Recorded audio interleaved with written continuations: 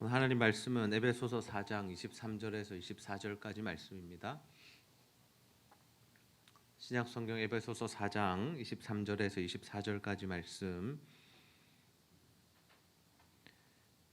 우리 한 목소리로 함께 읽도록 하겠습니다. 시작. 오직 너희의 심령이 새롭게 되어 하나님을 따라 의와 진리의 거룩함으로 지으심을 받은 새 사람을 입으라. 아멘. 오늘도 하나님 예배하기 위해 이 자리에 모인 우리 형제 자매들을 환영하고 축복합니다. 우리 옆 사람과 이렇게 한번 인사할까요? 우리는 성도입니다. 우리는 성도입니다. 여러분 이 세상에서 어떤 정체성을 가지고 있으십니까? 사람들 만날 때 자신을 누구라고 소개하세요? 나는 어떤 학교에 다닙니다. 저의 출신은 어디입니다. 저는 어떤 회사에 다닙니다. 이 회사에서 저의 직급은 이것입니다. 저는 어느 학교 졸업자입니다. 이런 것들이 우리의 정체성이라고 생각합니다. 과연 여러분의 정체성, 아이덴티티는 무엇입니까? 저에게는 여러 가지 정체성이 있습니다. 첫 번째로 교회에서는 제가 담임 목사입니다. 그리고 집에서는 부모님의 아들이기도 하고, 그리고 한 아내의 남편이기도 하고 아이들의 아빠이기도 하죠. 그리고 대학 동문 또는 신대원 동문들을 만나면 학번을 밝힙니다. 그 이유가 뭡니까? 누가 선배냐 후배냐 그것을 가리기 위함이고, 또 다른 목사님들을 만나게 될 때는 제가 나온 학교를 이야기하고 어디서 공부했는지를 밝힙니다. 그것이 저의 정체성을 알려주기 때문이죠. 우리도 마찬가지입니다. 우리가 살아가면서 자신을 소개하는 여러 가지 정체성들이 있습니다. 여러 관계 속에서 우리는 적게는 두세 개 또는 많게는 대여섯 개의 정체성을 가지고 살아가죠. 그다음에 여기서 한 가지 중요한 질문이 있습니다. 그 질문이 뭐냐면, 과연 우리의 여러 가지 정체성 중에서 가장 근본되고 중요한 정체성은 무엇인가 하는 것입니다. 우리를 명확하게 정의해 줄 수 있고, 그리고 영원히 변하지 않는 우리의 정체성은 과연 무엇일까요? 성도는 예수님의 거룩한 제자입니다. 성도는 예수님의 거룩한 제자입니다. 보통의 교회에서 성도의 직분을 우리가 어떻게 생각합니까? 집사, 안수집사, 권사, 장로가 되기 전에 예수 믿은 지 얼마 안 된 사람들을 부를 때 우리가 성도님이라고 부르죠. 근데 사실 이 성도가 가지고 있는 의미는 굉장히 큽니다. 어떤 의미가 있느냐? 예수님의 제자라는 의미가 있죠. 그러면 이 성도라는 이 이름 안에, 이 정체성 안에 무엇이 다 들어가는 겁니까? 우리가 다 들어가는 겁니다. 청년들이 들어가고, 우리 중고등부 학생들이 들어가고, 목사도 들어가고, 집사도 들어가고, 권사도 장로도 다 이 성도라는 이름 안에 우리가 들어가게 된다라는 거죠. 하나님께서 우리를 의롭다 하시고 또 자녀 삼아 주실 때에 우리에게 일어나는 일들이 뭐냐면 바로 거룩하게 하는 은혜입니다. 거룩하게 되는 은혜인데, 그것을 우리는 신학 용어로 성화라고 부르죠. 성화. 즉 우리는 예수님을 믿은 이후에 거룩해지는 삶, 즉 성도로서의 삶을 살아가게 됩니다. 하나님께서는 우리를 구원하신 후에 죄 가운데 가만히 버려두시지 않습니다. 너희들 죄로 인해 멸망해 라고 그냥 두시는 것이 아니라 우리를 변화시켜 가심으로써 성도로서의 삶을 살게 하신다는 거죠. 성도로 부르시고 그 성도로서의 삶을 살게 하십니다. 오늘 우리가 읽었던 본문 말씀 에베소서 4장 23절에서 24절 말씀 다시 한번 읽어봅시다. 시작. 오직 너희의 심령이 새롭게 되어 하나님을 따라 의와 진리의 거룩함으로 지으심을 받은 새 사람을 입으라. 아멘. 하나님께서 우리를 새롭게 하십니다. 이 새롭게 하심이 무엇이냐면 하나님을 따라, 다시 말해서 하나님의 형상을 따라 의와 진리의 거룩함으로 지으심을 받은 새 사람을 입는 것이죠. 예수 믿을 때 일어나는 변화가 뭐냐면 우리 안에 하나님의 형상이 회복되는 겁니다. 하나님의 형상이 회복되는 겁니다. 그래서 우리는 새로운 존재가 되고 새로운 삶을 살아가게 되죠. 우리에게 주어진 이 성도라는 이름, 우리는 이것을 기억해야 합니다. 이 성도는 바로 우리의 근원적인 정체성인 겁니다. 변하지 않는 정체성, 그리고 우리를 가장 잘 설명해 줄 수 있는 유일한 정체성이죠. 그래서 우리는 이 성도라는 이름을 굉장히 귀하게 여겨야 합니다. 다른 정체성들보다, 그 어떠한 역할들보다 우리는 이 성도라는 이 정체성을 자랑스러워해야 하죠. 그래서 누군가를 만날 때, 누군가에게 자신을 소개할 때 무엇이라고 말해야 됩니까? 나는 성도입니다. 그 사람이 우리가 성도인 걸 알아듣지 못하면 뭐라고 그래야 됩니까? 나는 예수를 믿는 사람입니다. 나는 예수님의 제자입니다. 나는 교회를 다니는 사람입니다. 근데 코로나 시대에 사람들이 교회를 향하여 굉장히 좋지 않은 감정들을 가지고 있습니다. 그래서 어떻게 합니까? 예수를 믿는 것에 대하여 막 이렇게 안 좋은 반응들을 합니다. 야, 너 교회 다니냐? 야, 이러한 때 왜 교회를 가냐? 야, 너무 이기적인 거 아니야? 뭐가 잘못된 거 아니야? 위험한 거 아니야? 이런 이야기들을 하죠.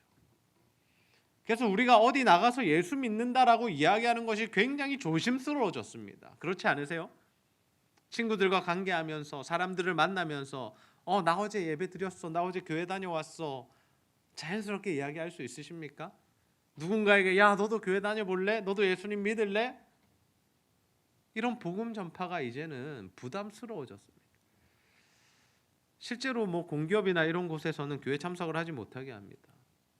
만약 교회에 갔다가 코로나 확진이 되거나 자가 격리에 들어가는 일이 발생한다면 그 사람들에 대하여서 엄청난 질타를 가합니다. 야, 왜 교회를 다니냐? 교회 다녀서 이런 일을 만드냐? 야, 너는 이런 시국에 예배를 드리러 갔느냐고.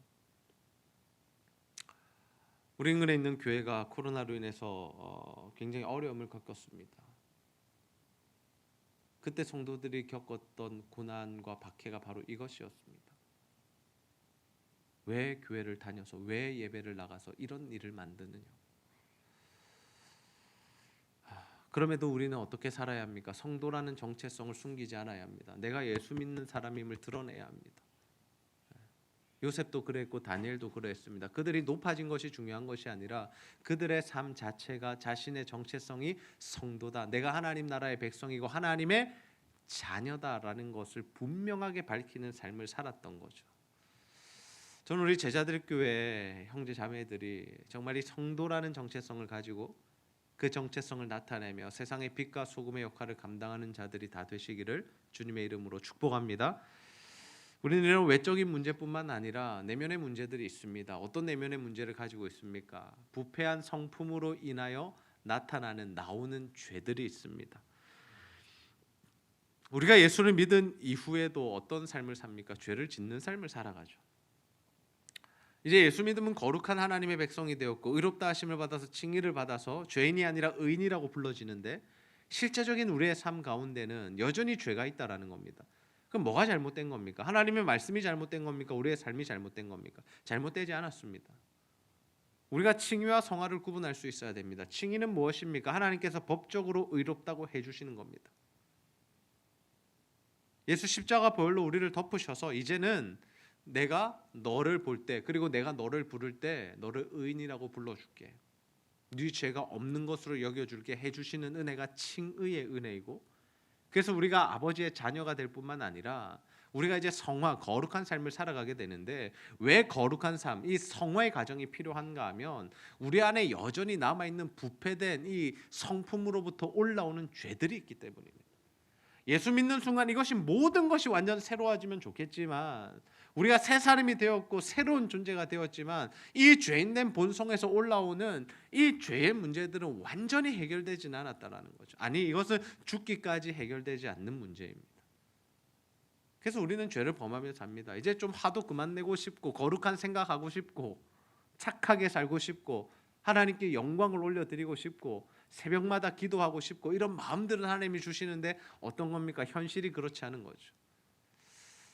여러분 정말 이런 고민 한번 해보셨습니까? 내가 예수님 믿고 난 이후에 주님 말씀대로 살고 싶은데 하나님께 정말 영광 돌리는 삶을 살고 싶은데 잘 안 돼서 힘들었던 경험들이 있으세요? 다윗처럼 다니엘처럼 정말 바울처럼 주님 나라 위하여 목숨 한번 걸어보고 싶은데 주일 예배를 드리면 그런 마음이 생기고 말씀 읽으면 막 그런 감동이 오는데 내 삶을 보니까 내 형편을 보니까 전혀 그렇지 못한 모습이 있다라는 거예요. 조그마한 유혹과 시험에도 넘어가더라라는 겁니다. 예배 마치고 나가면서 싸우더라라는 거죠. 집에 돌아가서 언니와 동생과 형제와 부모와 신경전을 벌이더라라는 거죠. 그렇다면 우리는 성도로서 이 거룩한 삶을 살아가야 함에도 불구하고 우리 안에 이 죄악들이 발견될 때 어떻게 해야 될까요? 이 죄의 문제를 우리가 과연 어떻게 해결해야 될까요? 다른 것 없습니다. 우리가 해야 할 일은 무엇입니까? 회개와 돌이킴입니다. 우리 한번 따라해 봅시다. 회개하고 돌이키자. 회개하고 돌이키자. 우리가 죄를 지을 때 하나님 멀리 떠나려는 우리의 습성이 있습니다. 아담과 하와가 하나님께서 부르실 때 뭐라고 합니까? 우리가 하나님 만나기 두려워서 숨었다라고 하죠. 피하는 겁니다. 하나님과의 관계를 멀리하는 거죠. 죄인의 습성들입니다. 그러나 우리가 그것이 아니라 어디로 가야 합니까? 주님 앞에 회개하고 돌이켜야 하는 문제입니다. 다윗은 바로 그런 은혜를 받은 사람이었죠. 다윗은 하나님의 사람이었습니다. 왕이었습니다. 하나님의 마음에 합한 자였습니다. 근데 엄청난 죄를 지어요. 어떤 죄를 짓습니까?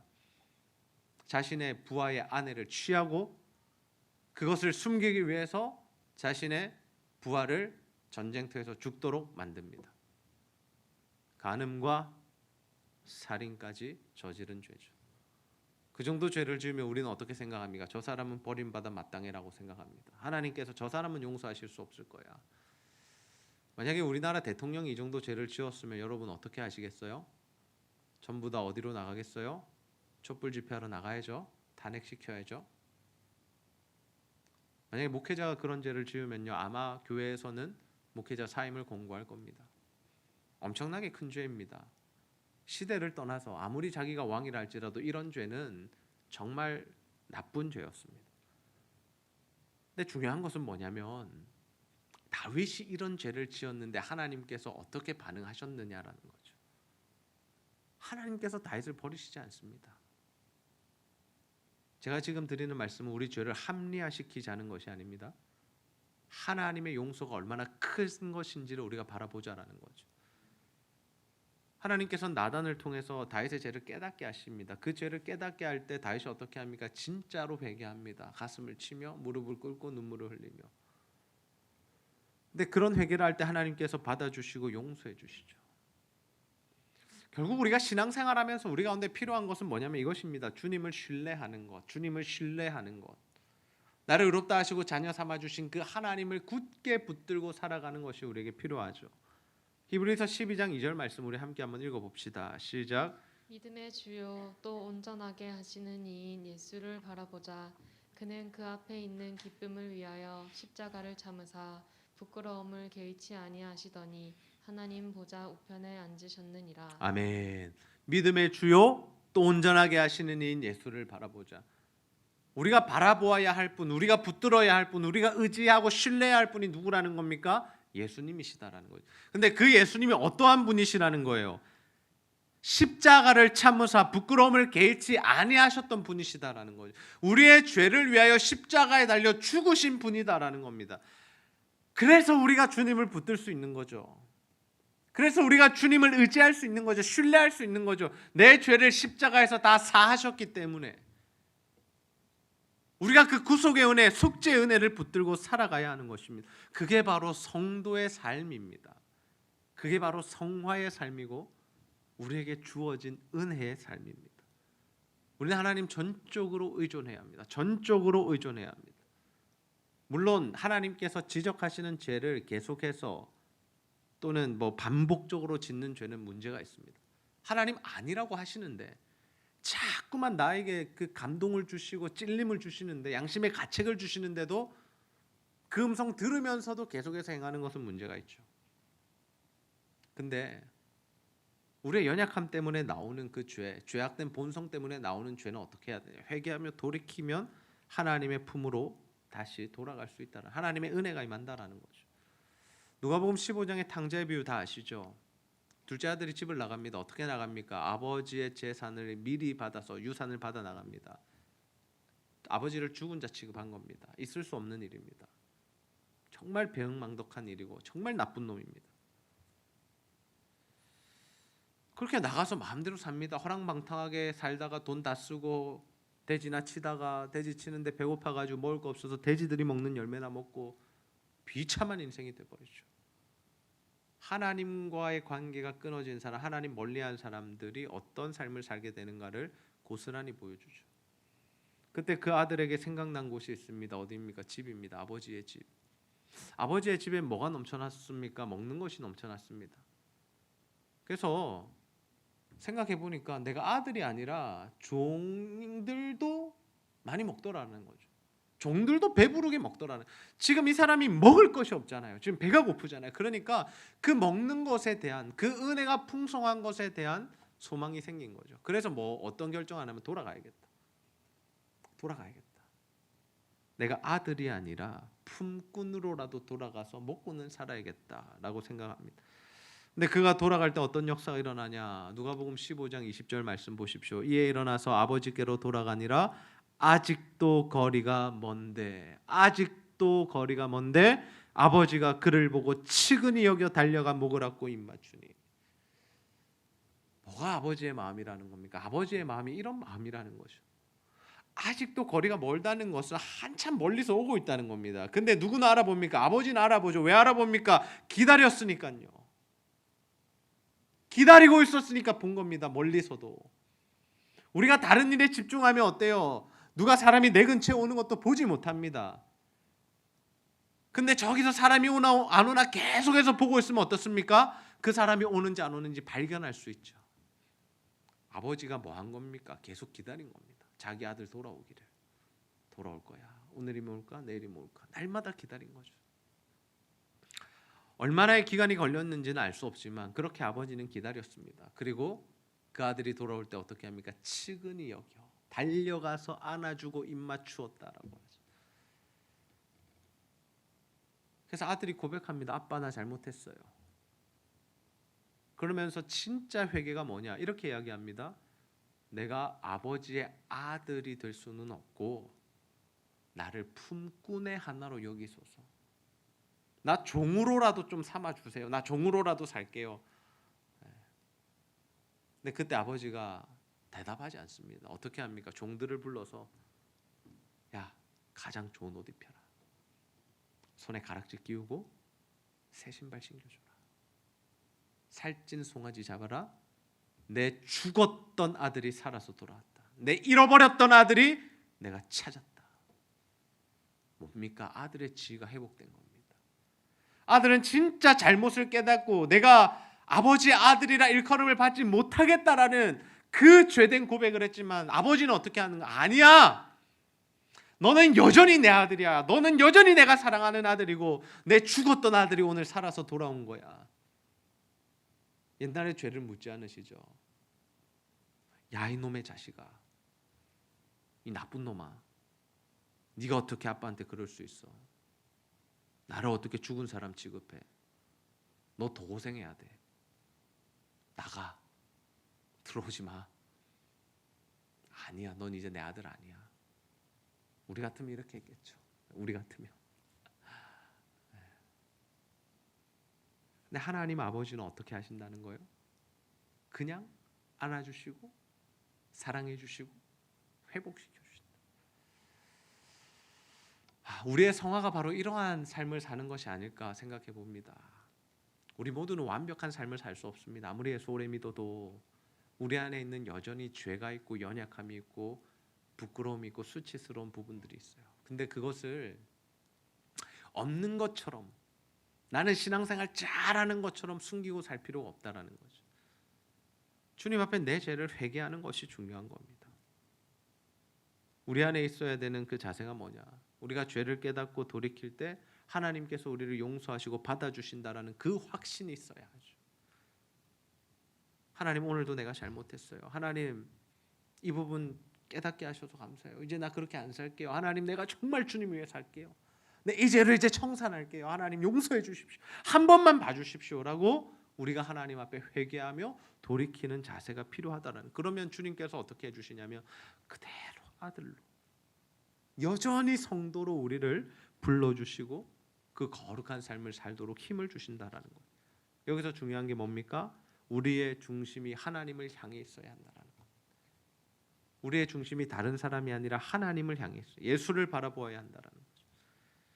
그래서 우리 안에 죄가 자꾸 줄어들고 의가 늘어난다라는 것은 무엇을 의미하냐면 우리의 속사람이, 우리의 내면이 새로워지는 것을 의미해요.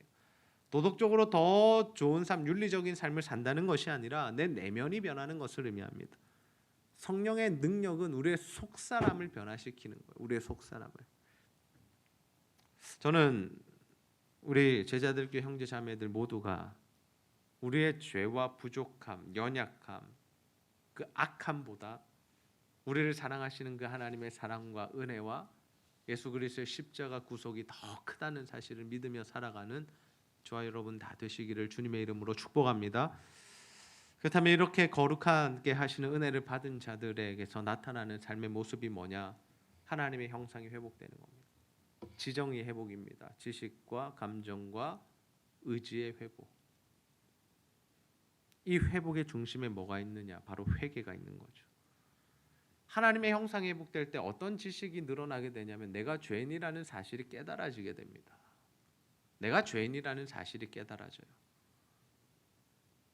우리가 예수의 이 성령의 역사가 아니고는 내 죄가 깨달아지지 않고 항상 누구의 죄가 크게 보이냐면 다른 사람의 죄가 크게 보입니다. 그래서 싸울 때 하는 말이 뭡니까? 네가 더 잘못했어입니다. 네가 더 잘못했어.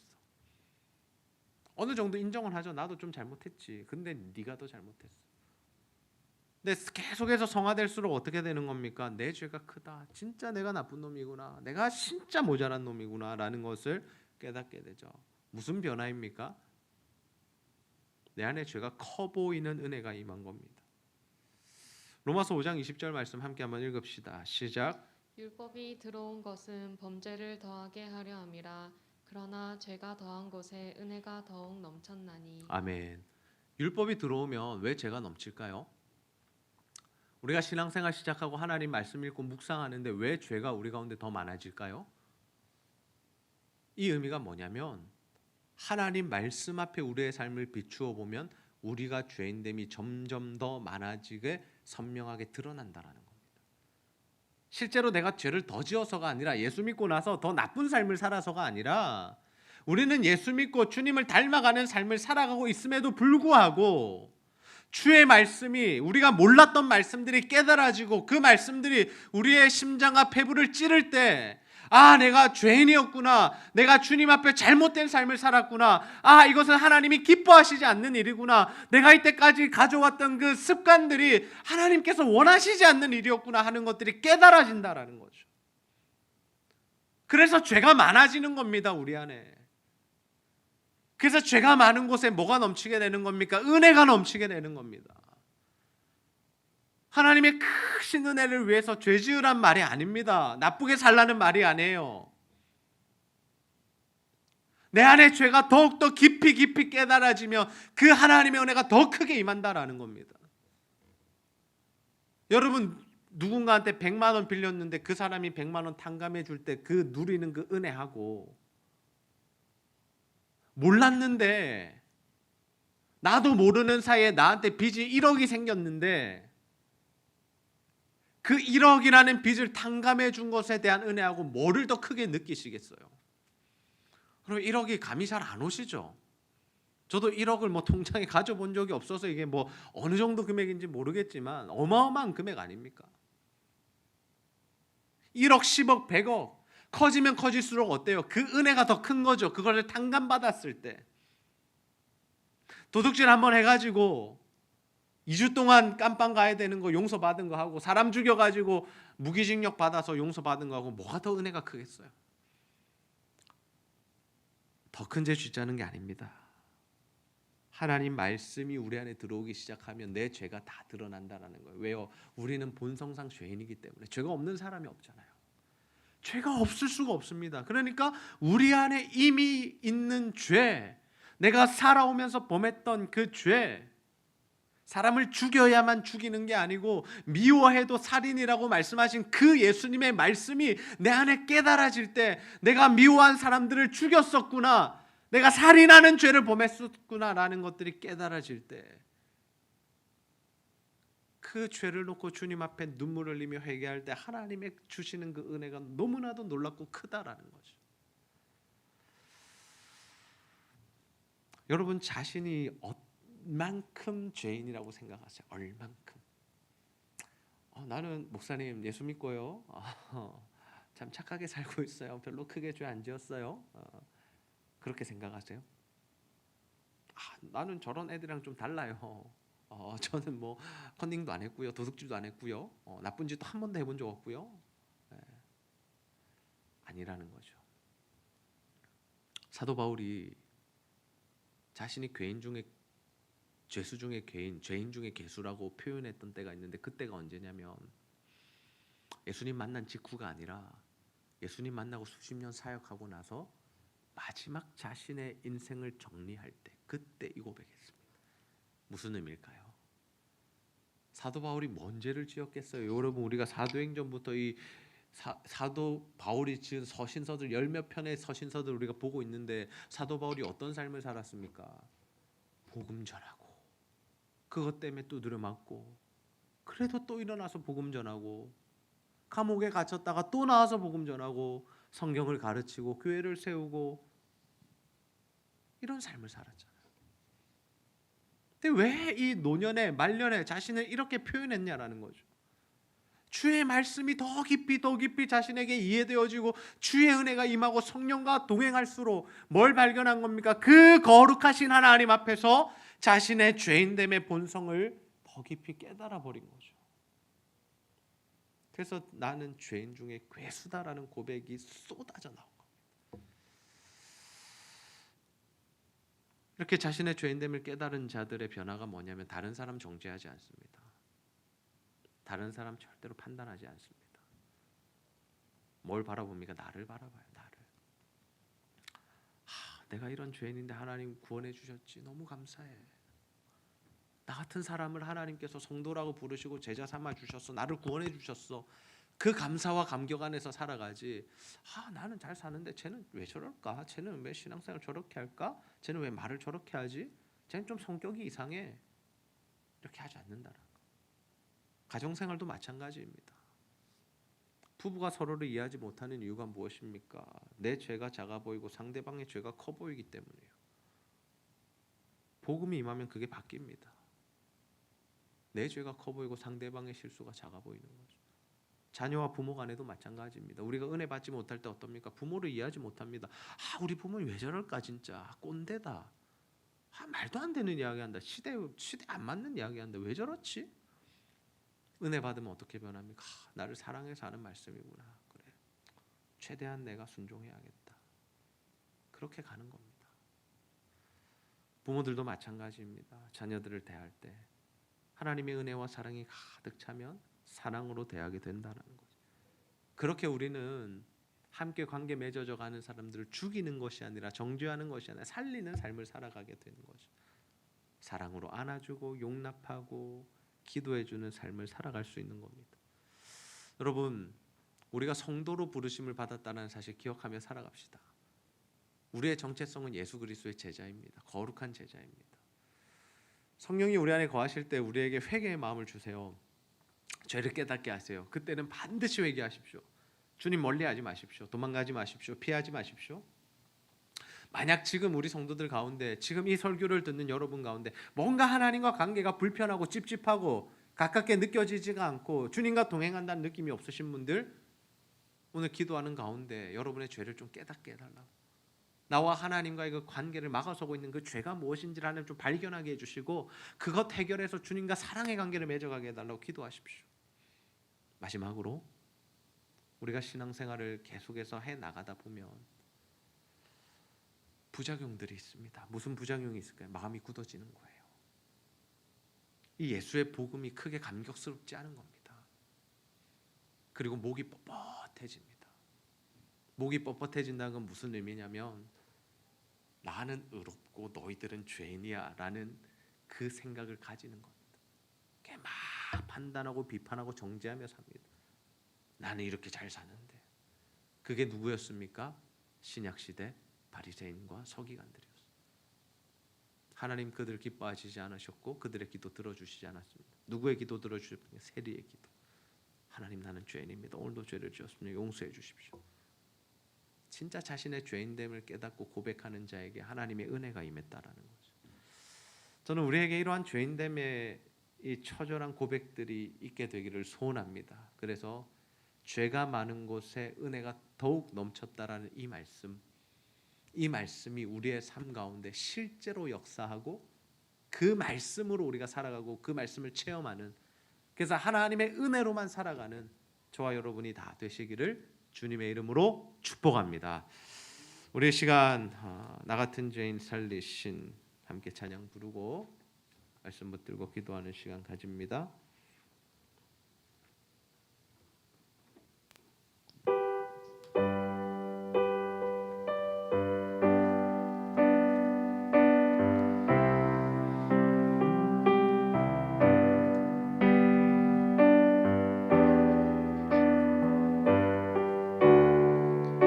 우리 영어로 시간을 한번 고백해 보겠습니다. Amazing Grace.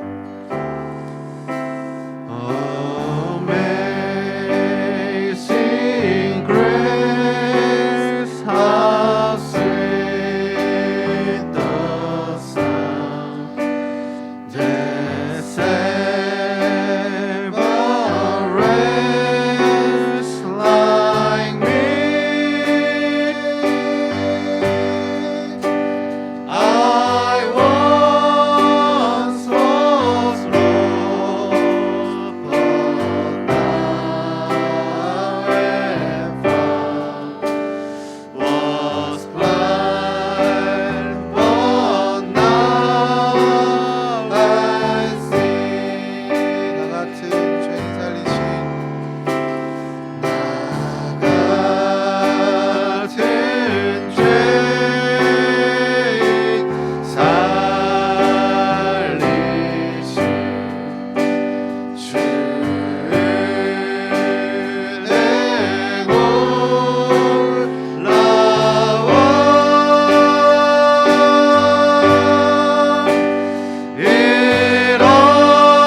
잃었던 생명 찾았고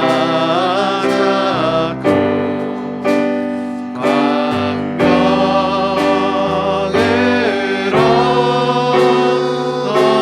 얻네. 큰 죄악에서 건지신 주의 고마워. 나 처음 믿는 그 시간 귀하고 귀하다.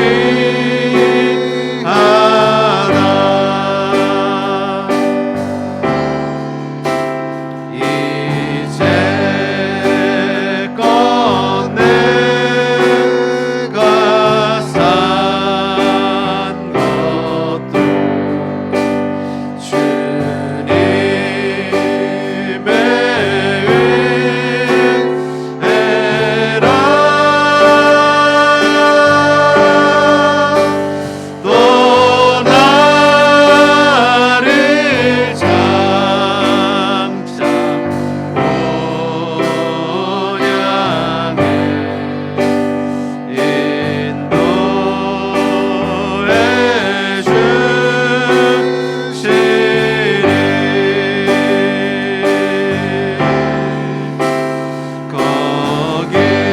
거기서 우리 영원히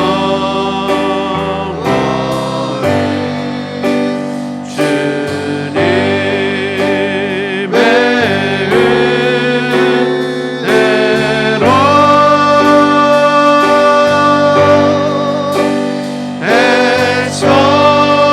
해처럼 밝게 살면서 주 찬양하리라.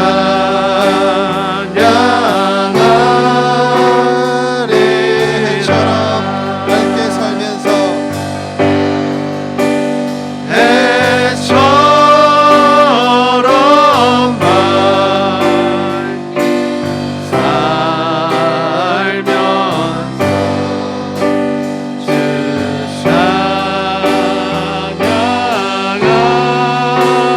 찬양하리라. 말씀 붙들고 기도합시다. 하나님, 하나님께서 우리를 성도라 불러주시니 너무나 감사합니다. 우리가 예수님의 거룩한 제자임을 기억하며 살아가게 하여 주옵소서.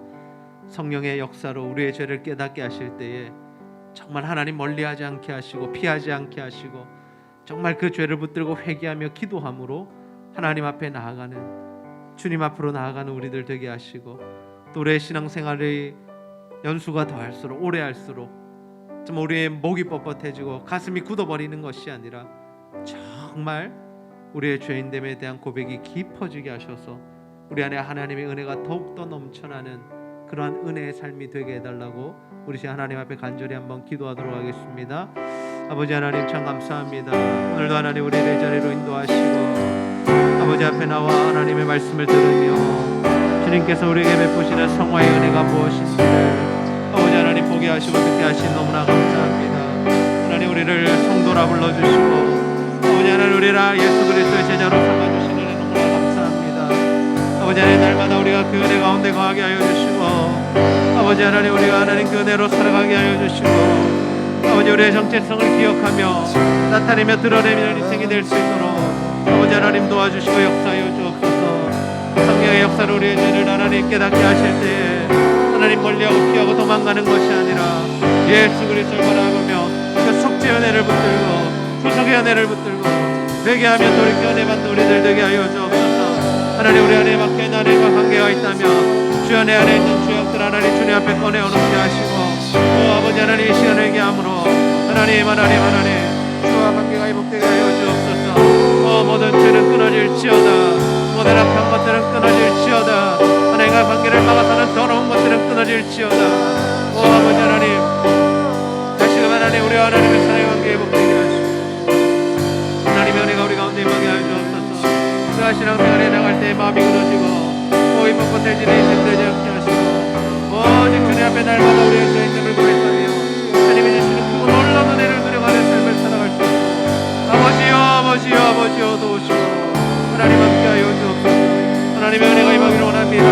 하나님 이 자리에 하나님 임재하여 주시고 나는 자들 가운데 하나님의 마음을 허락하여 주시고 주의 사랑으로 하나님 함께 하여 주옵소서. 주의 은혜로 하나님 함께 하여 주옵소서. 주의 놀라운 사랑이 하나님 하기를 소원합니다. 아버지 하나님 도와주시고 하나님 역사해 주시고 주의 아버지 하나님 도우시고 하나님 역사해 하나님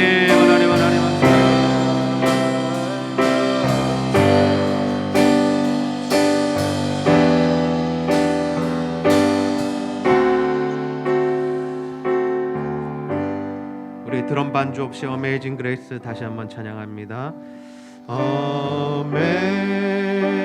Amazing Grace, how sweet the sound that saved a wretch like me.